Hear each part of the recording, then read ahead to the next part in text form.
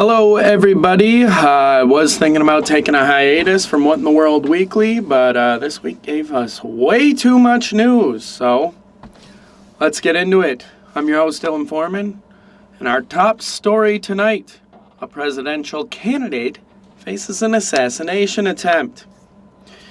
But up first, Ford plans to bring back a stablemate of the Mustang, whose production stopped in 1986. That's right, the Ford Capri is set to make its return. However, back then it was a two-door coupe, and as a classic car guy, what they're doing now has no spirit of the Capri left in it. It's a mid-size electric vehicle SUV. Come on, Ford, bring back some electric muscle cars. Let's see that. Our next story tonight, scientists are hungry for ivory. Greedy bastards. A carcass of a 52,000-year-old mammoth has been so well preserved that they found a complete set of chromosomes in it, and they're planning to bring the species back to life. Like I said, only one reason for it: ivory. We'll keep you updated with what comes next and if they're successful in their ventures. Up next, Elon has blasted the European Commission on Twitter. He states he was offered an illegal deal to silently censor speech and not let anybody know. In return, they wouldn't fine him. He's not really getting anything in return at that point, so he blasted him. Elon's all for free speech and apparently all for transparency. We'll see what happens next. But our next story tonight, Northwestern College in Illinois has abruptly closed after 122 years of educating America's young adults. They couldn't figure out how to fix some financial issues. Sounds like I wouldn't want to go to college there if they can't fix their finances, but it was a for-profit college, and with everything going on with college debt, that's probably what tanked them. Illinois college goers now have one less option to choose from. Our next story tonight, and this one hits me hard.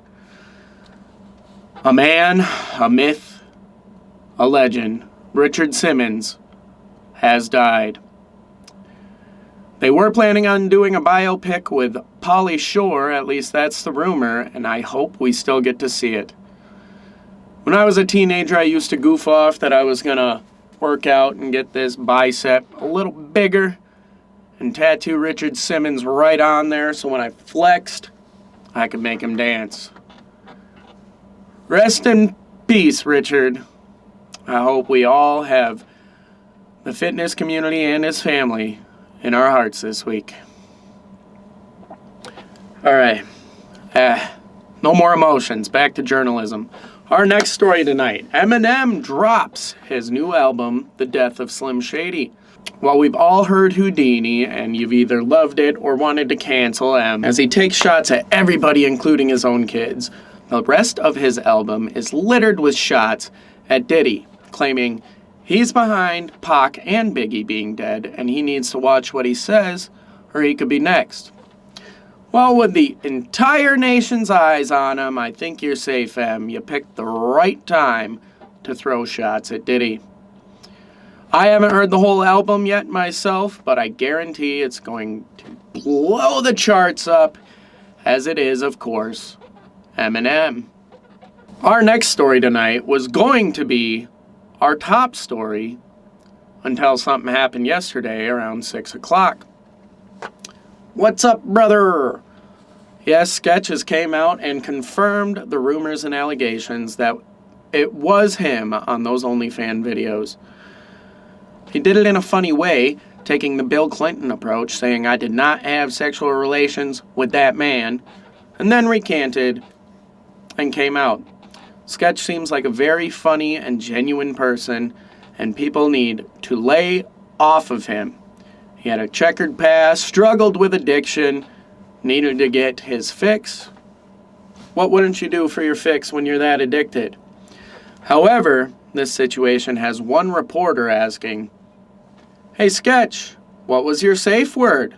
Tuesday, Tuesday! Oh, that's what I thought. Anyways, seriously, leave sketch alone. But this brings us to our top story tonight. Donald Trump has been Van Gogh'd by an assassination attempt. That's right through the ear. Yes, this situation has led to some good memes and jokes, one stating that, ironically, the shooter was too far left.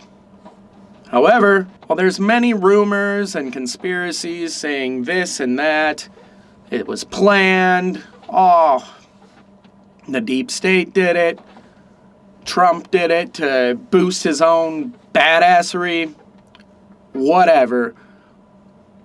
All I know is that there is no room for in-house violence in this country. I don't care what side you're on, what your beliefs are. We are all Americans. Whether you were born here, whether you came here, we need to stop fighting amongst ourselves. Violence for political beliefs is absolutely disgusting, and I dream of an America where one man can have a sign in his yard with one name and his neighbor can have a sign with the other name, and they see it as a friendly competition. Oh, your guy won. Congratulations. Not freaking out on each other and threatening violence every day. However, one person was killed as a bystander and 2 are in critical condition. Let's keep them in our prayers, no matter what our beliefs are. This shit's gotta stop. Both Trump and Biden agree with me on that point. Anyways, that's gonna do it for me today, guys. Remember, I don't care what your beliefs are. You're loved. Be kind to those around you. And have a great week. Good night.